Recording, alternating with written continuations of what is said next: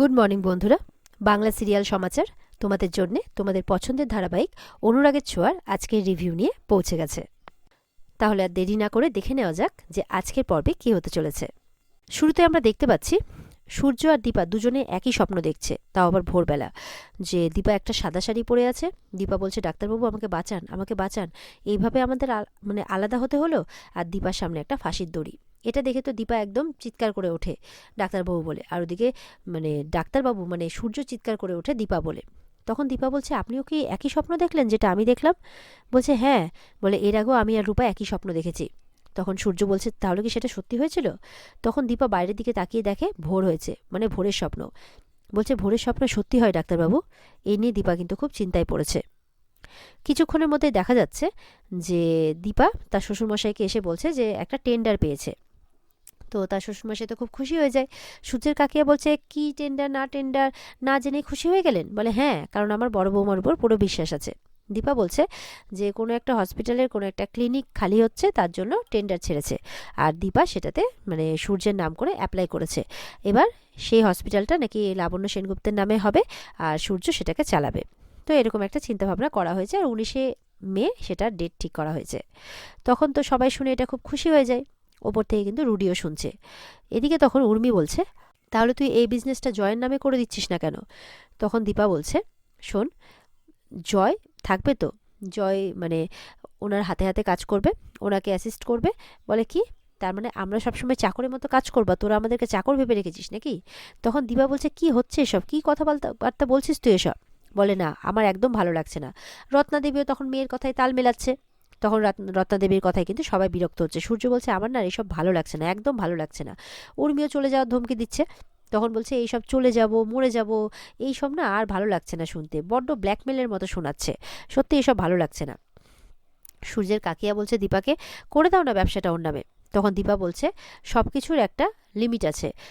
আমরা এতদিন ধরে নিজেদের যোগ্যতাতে সব কিছু করে এসেছি, তো জয়কেও তার যোগ্যতাটা প্রমাণ করতে হবে। তখন উর্মি বলছে তার মানে কি তুই জয়কে অযোগ্য বলে মনে করছিস? তখন উর্মি কিন্তু চিৎকার চেঁচামেচি শুরু করে দিয়েছে বাড়িতে, তার সাথে উর্মির মা। এবার দীপা বলছে আমার পুরো কথাটা তো শোন, পুরো কথাটা তো শুনিসনি এখনো পর্যন্ত। তখন বলছে যে আমার রেস্টুরেন্টের ব্যবসাটা আমি জয় আর তোর নামে করে দিয়েছি। এটা শুনে জয় প্রথম থেকেই কিছু কথা বলেনি, তার বৌদির উপর ভরসা রেখেছে।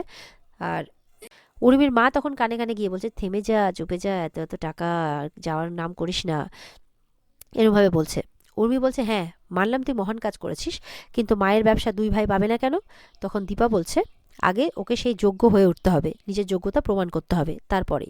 সূর্যের বাবা বলছে তুমি চিন্তা করো না উর্মি, বড় বৌমা কারোর সাথে অন্যায় করবে না, সবাইকে ঠিক সবার যোগ্যতা অনুযায়ী সব কিছু দেবে।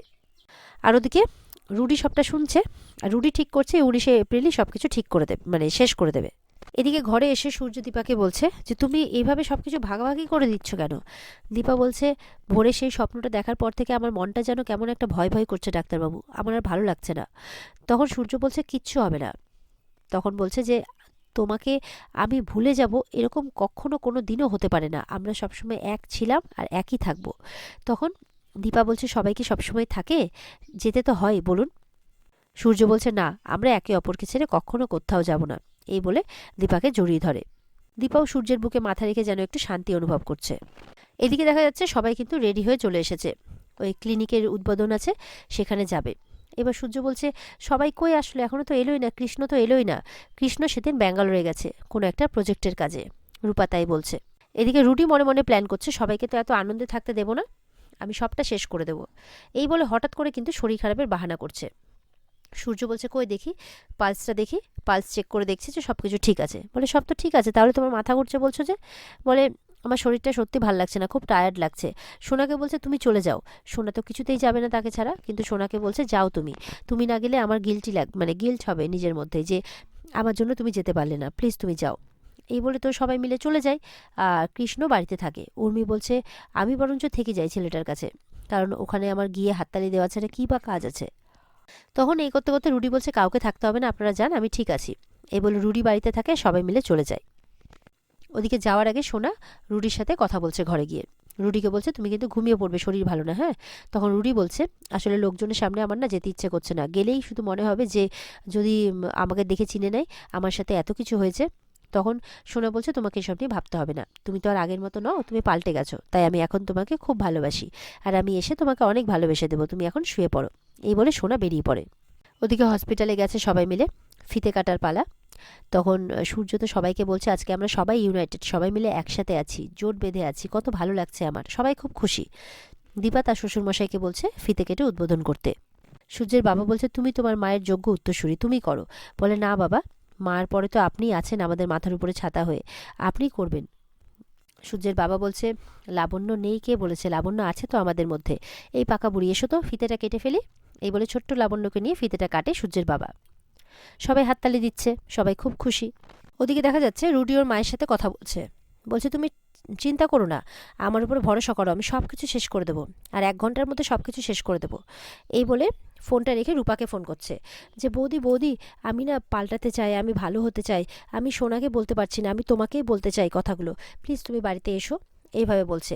রূপা আবার কোনো কিছু না ভেবে চিনতে বলে সোনার নাকি ভালো হবে এতে, আমি যাই। এই বলে চলে যায়। বলছে যাওয়ার সময় মাকে বলে যাব। কিন্তু দীপা এমন ব্যস্ত যে রূপার কথা শোনার টাইম পায় না। রূপা তখন ভাবছে আমি তাহলে মেসেজ করে বেরিয়ে যাই। এই বলে মেসেজ করে কিন্তু বেরিয়ে যায়, কাউকে কিছু না বলে। ওদিকে দীপারা তো অনেক ব্যস্ত। সূর্য তখন মানে বক্তৃতা দিচ্ছে আর কি মাইকে সবার উদ্দেশ্যে। আর তারপরে দীপা মেসেজটা লক্ষ্য করে। তখন দীপা ভাবছে রুডি সোনাকে ডেকেছে, বাড়িতে তো একা ওরা, না এইভাবে তো ছাড়া যাবে না, যাই আমি বাড়ি যাই, গিয়ে দেখি। এই বলে দীপা বেরিয়ে পড়ে। আর এদিকে রূপা বাড়িতে আসতেই মানে রুডি কিন্তু হঠাৎ করে দরজাটা লাগিয়ে দেয়। আর তখনই রূপার সন্দেহ হয়। এরপরে রূপার সাথে কিন্তু অসভ্যতা করতে থাকে। রূপাও চিৎকার চেঁচামেচি করছে, রূপার শাড়ি ছিঁড়ে দিয়েছে, রূপাকে মানে মারধর করেছে, সেই মারধরের দাগও রয়েছে। রূপা তো খুব কান্নাকাটি করছে যে রুডি একদম এগোবে না আমার দিকে, নাহলে কিন্তু তোমাকে আমি মেরে ফেলবো। কিন্তু রুডি বলছে তোমার আমি এমন অবস্থা করব তোমার বাবা মা তোমাকে দেখে কাঁদবে। ওদিকে দেখা যাচ্ছে রুডি যখনই রূপার দিকে আবারও এগোতে গেছে, এবার পাশে একটা ফুলদানি পেয়েছে রূপা। সেই ফুলদানি দিয়ে একদম দামাদ্দাম কিন্তু ইয়ের মাথায় মেরে দিয়েছে, রুডির মাথায়। রুডির মাথা ফেটে রক্ত বেরিয়ে গেছে, রুডি একদম শেষ, একদম চিরতরে রুডি শেষ, রুডি মারা যায়। তখন কিন্তু দীপা চলে আসে রূপা রূপা করতে করতে। তখন এসে দেখে এই কাণ্ড। দীপা তো দাঁড়িয়ে থেকে যায়, কি বলবে কি করবে কিচ্ছু বুঝতে পারছে না। তখন রূপা যায় মায়ের কাছে। মা, আমি খুন করে ফেললাম, মা আমি খুন করে ফেললাম, আমি খুনি হয়ে গেলাম, আমি সোনাকে বিধবা করে দিলাম, এবার কি হবে মা? আমি সত্যি সত্যি খুনি হয়ে গেলাম, এবার আমার সব সারাটা জীবন শেষ হয়ে গেল, আমি কি সুখে থাকতে পারবো না কখনো মা? হ্যাঁ, আমি চলে যাব, আবার সব কিছু ছেড়ে ছুড়ে আমি চলে যাব, এরমভাবে বলছে।